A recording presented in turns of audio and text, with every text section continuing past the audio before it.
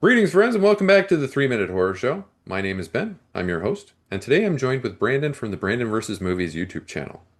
We've done lots of commentaries on movies already, and today we're starting up a new series on the Leprechaun movies. We're going to go through them one at a time. There's a whole bunch of them. We're not going to do the clones or anything like that, or we're just going to do the mainline Leprechaun movies. And today we are going to start with number one.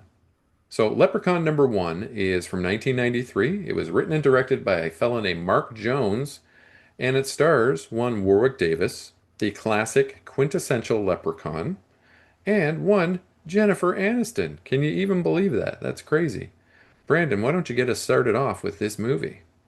Yeah, this is a good movie. I don't care what anyone says. This is a fun, good movie. I don't think it's the best in the series, but it started off great. And I think people are shocked when they watch this movie. Oh my God, that's Jennifer Aniston. Yeah, Because it wasn't that long before she became mega famous in Friends. Like yeah. probably I think it 5 years. was later that same year, Oh, actually. maybe it was. Yeah, Yeah. or yeah, it was very close. Like she doesn't Mhm. look um, that much younger than she did at the beginning of Friends. So Yeah. that's kind of shocking. And this movie, this entire series, at least the early ones, are completely ride on Warwick Davis's performance, which is epic and Yeah. is 100%. like he's so entertaining. I think the combination of his acting and the way the leprechaun looks Yeah. is the reason that this super cheesy, low budget horror movie got like 7 sequels. Just watching him is so entertaining. Yeah. The kills in the first one, the later movies, the kills got pretty damn good. The first one, they were hurting a little bit. They had Yeah. limited budget. There was one where he kills a guy by riding a pogo stick, and he's repeatedly jumping on the guy's chest, and then they show the guy's face, and it's covered in blood. So he never touched his face. But they did the best they could with what they had. But overall, the movie it's even better than I remembered. I've probably seen it 3 4 times over the years, but I haven't seen it in quite a while. Yeah. And it's even better than I remember. Now that I'm gonna pay more attention and kind of look for things to discuss. It's very well done. A lot of the stuff just with them running around the house trying to fend off this leprechaun, it's a very well done movie. There are issues with it, but the movie's so fun. It's even more like cheesy and lowbrow than Chucky movies are, the Child's Play Yeah. movies. So you can kind of forgive stuff because it's just like, oh, it's a damn leprechaun movie. What do you expect? But it is more than that. Like it's not just a throwaway crap movie. Like it was well done. They took care in doing it. It was one of like Warwick Davis had done Willow by that point, and he'd done Star Wars or like Return of the Jedi. But this is one of his iconic roles. Like this movie comes up all Yeah. the time. What has Warwick Davis done? What's he famous for? Wicket, Willow, and the Leprechaun. Leprechaun. Like Yeah. it's there's a reason these movies kind of became as epic as they did, and it's a damn good movie. I agree 100%. This beginning entry, he doesn't quite have the magic that he discovers as the series goes forward. This leprechaun, the leprechaun in number one, um, can't magically transport himself to anywhere he needs to be, which is what he can do in the later entries in the series. This guy has to get where he needs to go, so he has to transport himself or be transported. So he can't quite do all the things that he can do as the series progresses, but that's fine. That's what happens with all of these things. But like you said, Warwick Davis is the ubiquitous person for the Leprechaun role. No one else has ever come close. All of the clones that have come out since, and they just can't quite recapture that magic. The delivery that he likes to do little rhyming couplets or limericks when he's killing people, and they're just delivered so classic, so perfectly. I mean, no one can compare to this. It's unbelievable how well he does. Like Brandon said, it is a long running series. It goes on and on. People love magical horror. We got movies like Warlock. We got movies like Leprechaun. Um, what's another one like that? It's just cool to see. Freddy Krueger is kind of like that, but it's in nightmares rather than in the real world. But it's fun to not always have to deal with somebody just like Michael Myers or Jason Voorhees just cutting people up with a knife or cutting them in half or impaling them on something. It's fun to see something magical and ridiculous. It's fun to see a pot of gold appear in somebody's stomach and then have them burping out gold. That's not in this one. That's the next one. But it's fun to see that kind of stuff sometimes. Just like fantastical things that where you can use your imagination and come up with some really artistic stuff. You can absolutely have more fun, and it's one of the reasons I like Nightmare on Elm Street. Is like as soon as you break out of the real world, there's so much more you can do. As Yeah. soon as you have a magical leprechaun, you're not held back by having it need to be realistic, which makes it more fun. It does add some inconsistencies. They tend to change the rules in these movies, especially with the Yeah. first two. It's like he's like he can teleport, then he can't teleport. There's times where he's like chasing people down, but there's other times he can just magically throw chains on them. So Yeah. well, if you do that, why not do that all the time? And in the first one, it's all about him trying to get a pot of gold, and as we'll see in the next one, it's like, oh no, it's more about him trying to find his his wife that he's destined to marry or her descendant. So they kind of change a lot of that stuff, but I think Yeah. people forgive it just because the movies are just so damn cool. Yeah, and I think that has a lot to do with the fact that I don't think that there's been a consistent writing and directing Yeah, duo throughout this entire thing. I think it changes every entry. Um, Unlike Child's Play. So the rules do change. Like in the very first one, like Brandon mentioned, can't teleport himself. Seems to be all about getting that gold back, and he'll kill whoever has his gold. In the second one, if you've got his gold, he can't actually kill you? Question mark. yeah, yeah. Yeah. And he's weak to iron, which is something new that we hadn't discovered until Wrought iron. Yeah, yeah, wrought iron. Yeah, yeah. Interesting. But this one starts off with an old guy coming back from a trip to Ireland, and he's got a bag of gold. And he tells his wife when she says, "Hey, where'd you get this bag of gold from?" He tricked a stupid leprechaun into giving him his gold. I caught him and made him show me where his gold is. It's the rule, you know. What a dumb leprechaun, right? Well, guess what? That leprechaun wasn't so dumb after all because he snuck in, he hid inside this guy's suitcase. How? No idea. Leprechaun magic, I guess. But he stowed away in a suitcase, and now he comes out. So now he wants his gold. Hey, I want me gold. I'll play the sound clip of that right now. I have that in my Rolodex of sound effects. I want me gold.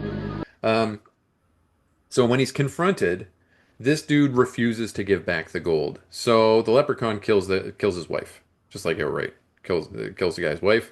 He has a heart attack, but no, sorry, he manages to trap the leprechaun in a crate, and he puts a four-leaf clover on top of the crate that seems to freeze the leprechaun inside. So it's like in Vampire Time Travelers, like I just covered with Jeff on Bottom of the Barrel, wink wink.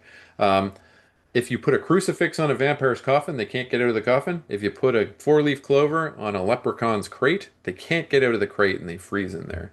So this guy's frozen, but then the old man has a stroke, and you think he's dead, but he's not. He's not quite dead actually, but we'll talk about him later. So now it is 10 years later, and Jennifer Aniston and her dad have bought this house. This house has not been touched in 10 years. Can you believe that? Nobody's even tried to get into this house. No squatters, no people who want the stuff. This house is full of stuff. Nobody wants this stuff. It's crazy. What do you think? yeah. I guess yeah, maybe someone's been taking care of it. I don't know. They don't really explain that, but it's it's basically just a plot device to have new family moves in, go into the basement, and then they discover, oh, there's this crate here, and they Yeah. have some kind of side characters. There's the romantic interest, Yep. young guy. There's some painters are like working on the house to Yeah. like And buy. the painters are the male stripper from the movie Summer School from the 1980s. Oh, If you ever no, watched that movie, the guy who kept falling asleep in class. Did you ever watch Summer yeah, School? I did not. Really? Oh my God, that's such a good movie. It's actually probably sucks, but I watched it when I was a kid, so I think it's good right now. But there's a really cool. There's two guys, Chainsaw and his friend Marty, maybe I think his name is. These two guys are obsessed with horror, And so there's a lot of horror prop work later where they're trying to fool people that's actually pretty cool, like a lot of gory stuff. Mm. But that's neither here nor there. So the romantic interest is the male stripper from summer school, and his sidekick is Francis from Pee-wee's Big Adventure. Oh, okay. Yeah. Okay, now you Funny can continue. Sorry. Yeah, so there's the love interest guy, and then there's the we'll say low IQ assistant guy, and then Yeah. there's like a 10-year-old boy that for some Yeah. reason is working for this company. A smart Um, kid full of attitude from the yeah, 90s. Yeah. so they're basically there to just fill out the other characters. Of course, the dumb guy goes in the basement, lets the leprechaun out, has an interaction with the leprechaun, and kind of as the trope from that we saw in the Child's Play movies, no one believes him that there was an actual leprechaun there, despite the mounting evidence, until eventually they realize it's real.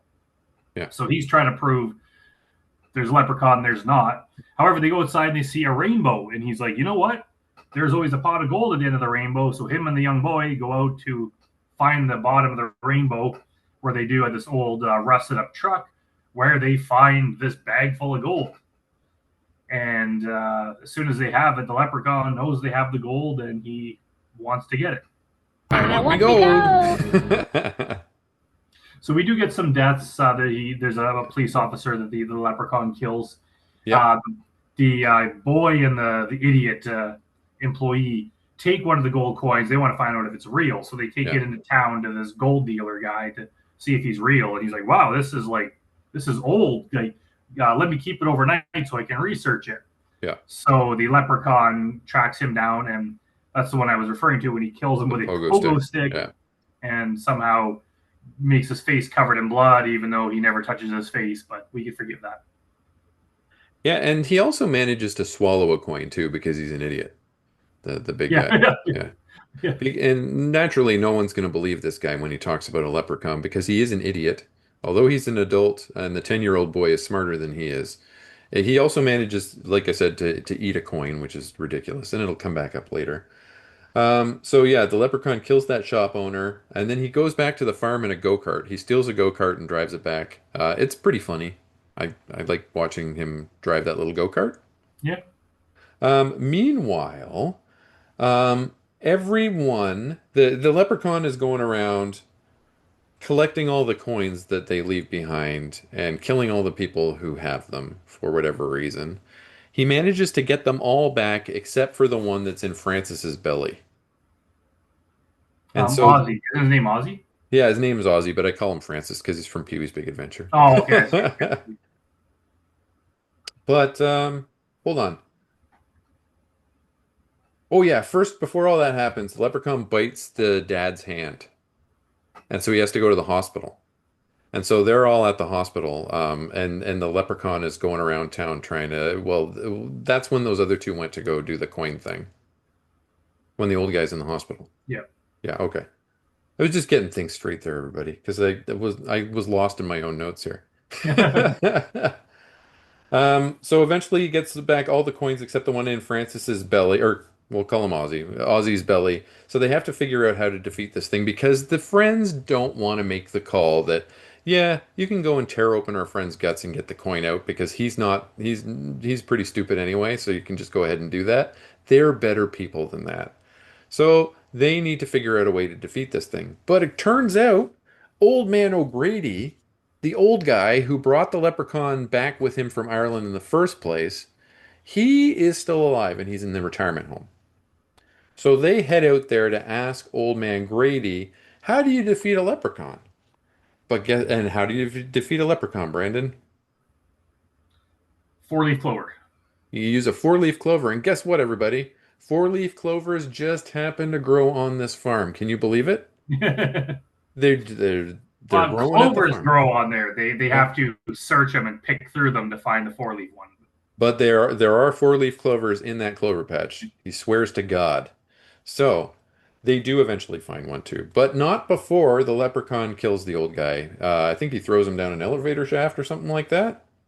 Yeah, you don't see it happen. You just see Yeah. Jennifer Aniston go to talk to the old man, and she walks into the room, Yeah. and he's sitting there facing the window in his wheelchair. You see him from behind. The second you do, you know it's the leprechaun. She Yeah. doesn't. Yeah. So the guy starts talking, and then she's like, "Something's wrong here," and all of a sudden turns around, it's the leprechaun. She runs away, and then in the elevator, the hatch in the top of the elevator opens, and then this she sees the real guy. He's in Yeah. there dead because at some point the leprechaun had killed him. Yeah. Leprechauns do that. And this is the first time he does that trick where he imitates the people's voices. And that's something that he'll do throughout the entire series after Yeah, that. He's a little tricky trickster, that leprechaun.